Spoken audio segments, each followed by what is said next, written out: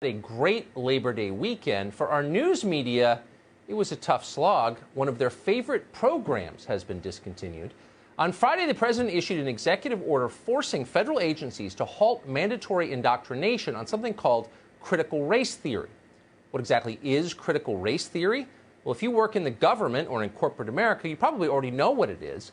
It's when your employer hires a lavishly paid consultant to tell half the room they're damned to hell because of the way they were born. In a word, critical race theory is racism.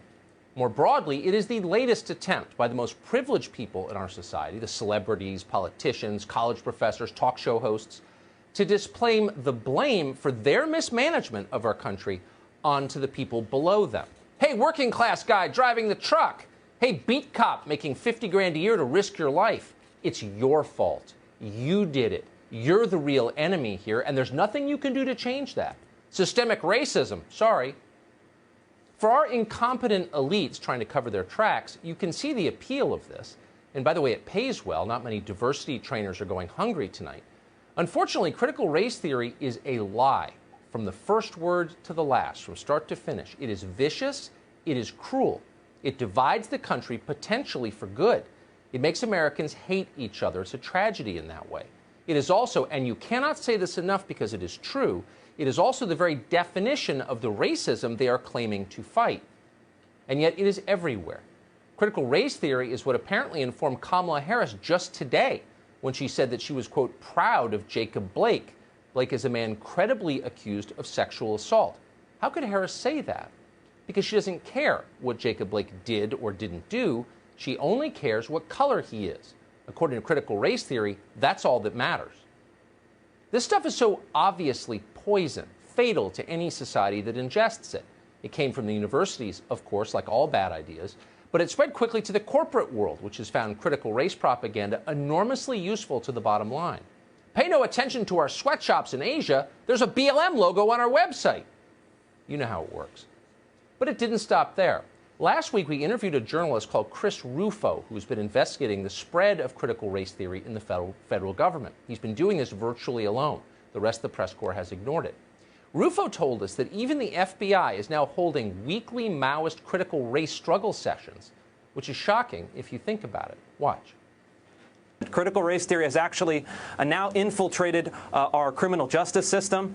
Just this week, I released a story that the FBI is now holding weekly seminars on intersectionality, which is a hard left academic theory that reduces people to a network of racial, gender, and sexual orientation identities that intersect in complex ways and determine whether you are an oppressor or oppressed.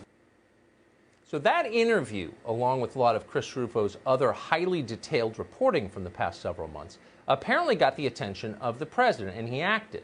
It also prompted a flood of tips for Rufo from workers at federal agencies, the ones currently being told they're evil for the way they look.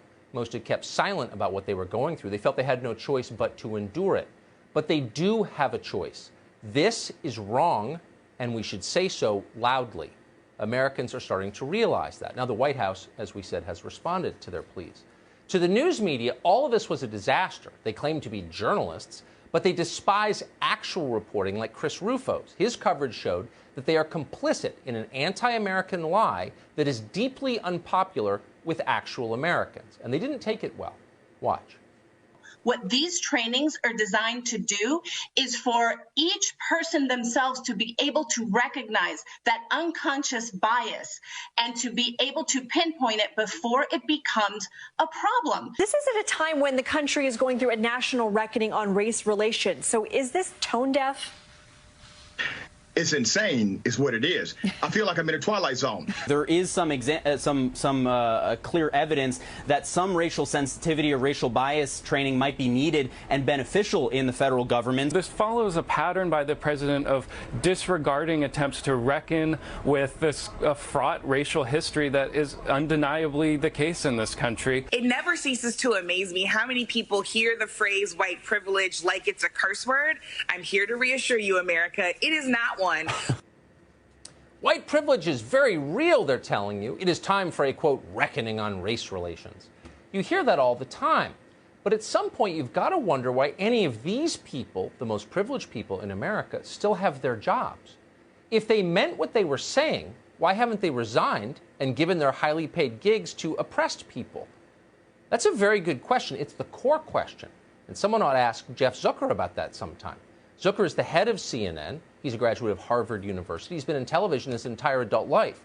Jeff Zucker is the embodiment of privilege, if there ever was one.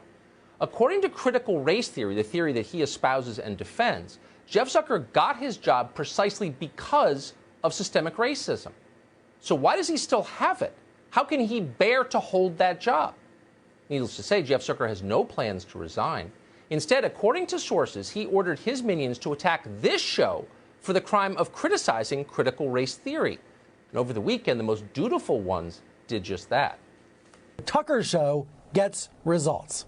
No more talk about white privilege, no more examination of systemic racism. The Trump administration doesn't want it inside federal agencies, even though 2020 is being defined in part by this long overdue reckoning about race. They're children. They do what they're told. Well, this morning, we are told Jeff Zucker instructed the entire CNN news operation to keep up the attacks on this show, which is fine. We can't control it. Good luck with that. Go crazy. But as long as Jeff Zucker still holds on to his own job, which according to their own talking points is the ill-gotten fruit of white privilege and systemic racism, we will know for certain they do not mean a single word of what they are saying, because of course they don't mean it. They never did. Meanwhile, we are learning how deeply this poison has penetrated into the federal agencies. Whiteness is terrorism. That's what they're telling the people whose job it is to defend our country, the U.S. military. This show has obtained video of a U.S. Air Force staff psychologist, a man called Dr. Ryan Warner, leading an online seminar called Unmasking Microaggressions in the Workplace that happened on June 5th. In the video lecture, which was also delivered to the USDA and the Forest Service, Warner links so-called microaggressions to the death of George Floyd in Minneapolis. Watch.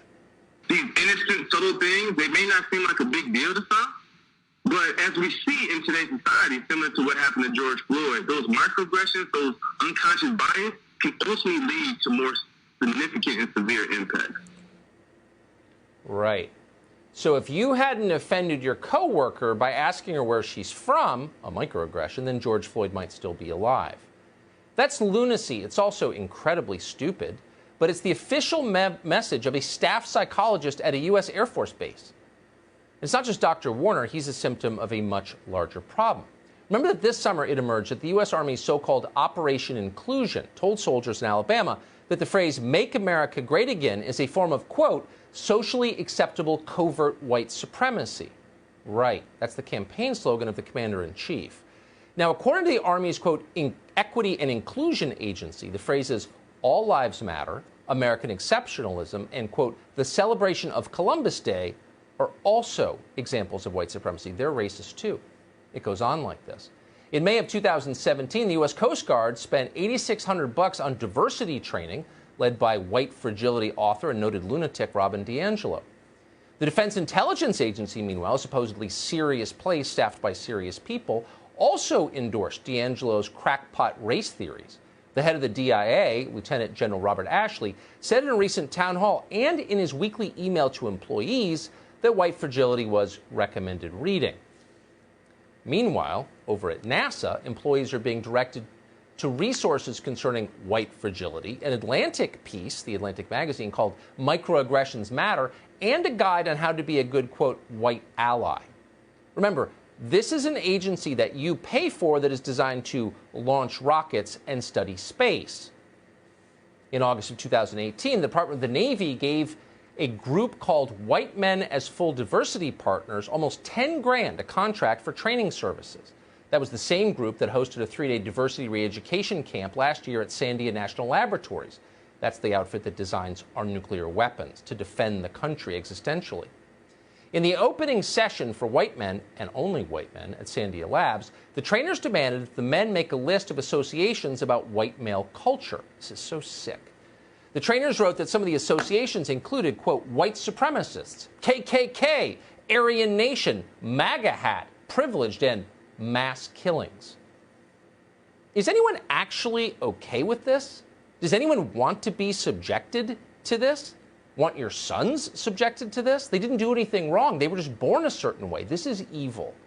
And it's also the most corrosive thing we can do. It's hard to imagine even MSNBC contributors really want, I don't know, nuclear submarines in our Navy, wasting time hating themselves when they should be defending our nation. So what is this really about? Why are they doing this? Well, of course, it's about capturing the U.S. military for the political left. That's what it's about, nothing else. And it's working. At the Pentagon, a shockingly high number of flag officers seem sympathetic to radical left-wing social theories. Shockingly high. Secretary of Defense Mark Esper clearly is as well. Even among uniformed troops, new polls show that the president's support is now underwater. So the point is, their plans have paid off. The question is, why is the left so intent on controlling the minds of our military? Well, there could be many reasons for that. None of them are good. Chris Rufo is the man who first broke this story. He's a writer at City Journal. We're happy to have him on back tonight. Chris, thanks so much for coming on, and congratulations on the happy and good and the effect your reporting has had, which is, I think, good for America. Tell us the extent of this kind of poison in our armed services. I'll tell you, it's absolutely ubiquitous. Critical race theory is something that emerged in academia, has spread through the more soft science divisions of the federal government.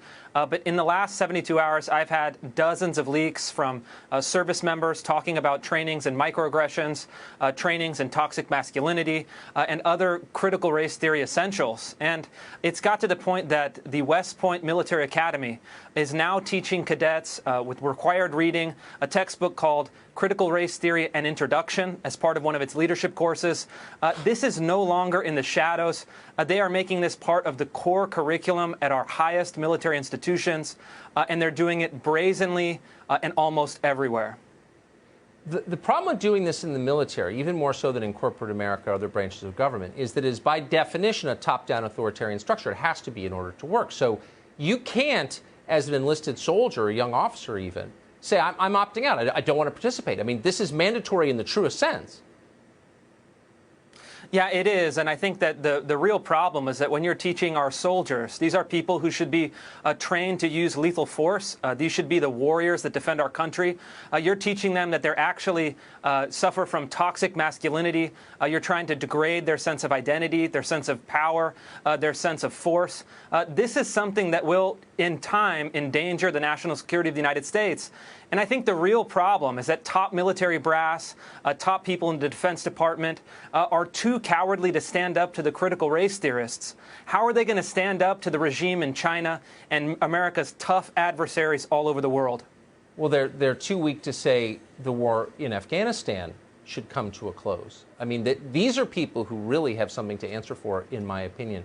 But let me ask you, since you've been covering this, has anybody at the level of colonel or general that you know of complained about this and said, wait, this is not our core mission? Yeah, absolutely. I mean, there is kind of rumbling in private conversations, but I'll tell you that the directives come absolutely from the top. They're coming from the top military brass, and people are frankly too afraid to speak out. They're too afraid to be have racial epithets or criticisms thrown their way.